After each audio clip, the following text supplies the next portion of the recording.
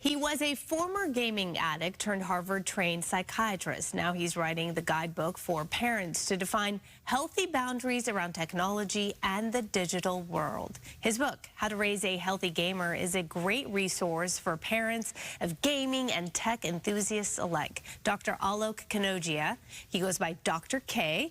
He's got millions of followers. We are so happy he stuck around to continue our important conversation. Welcome back to you. Thank you so much, Alexa. Thank you for being here. We were just chatting. So you have two daughters, right? Yes. 6 and 8. Okay, so similar to my kid's age.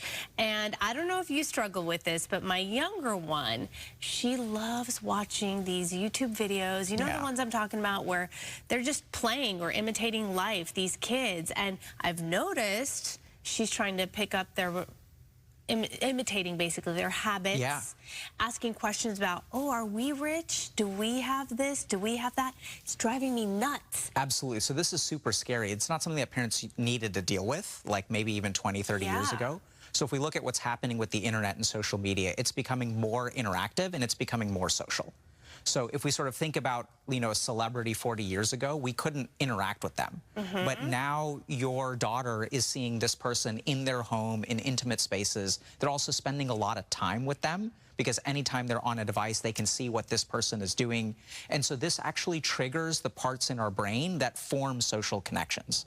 So we see a lot of like kids who will imitate this sort of behavior. And it's almost like if you think about, you know, as a parent, when you go to the playground, you're careful with who your kid plays with. Totally. But now your kid is spending 4 hours, 6 hours, 8 hours a day interacting with these people on the internet, and they're forming what's called a parasocial relationship. The parts of their brain that form social bonds are actually being activated by this content. Well, I was thinking about this, and as an adult, you know, we'll watch something, but we're developed enough to not imitate bad behavior. We know better, for the most part, most adults. But kids aren't as savvy. So what do you do with that? Do you just take it away fully? Do you have conversations? Do you limit what they're watching? I think all of the above. See, this is what's awesome, is your parental instincts are spot on. So I think it starts with conversations and helping people understand, okay, what is it that you like about this? How does this affect you? I think the other thing is limiting it to being very intentional. So I think it's fine to have screen time, but it shouldn't fill in the gaps in your day, right? It should be like, okay, we're going to spend time on a screen. We're going to have some fun with it. It can be a source of recreation, but it's not sprinkled throughout the day. Okay, well, that leads us to the next question. We're bombarded by things all the time, right? It's part of our life. So how do we prevent this, like, brain rot coming on and taking over? And I think so the best way is to keep it limited. So it's not so much that you shouldn't use technology, but if we really pay attention, we'll find that app developers and technology developers are trying to increase how easy it is for us to access. Now we have biometrics, we have Face ID. So even if you have a slight impulse, you're watching something, you're scrolling something, and then an hour goes by. So what I strongly recommend is that people be a lot more intentional about their technology use.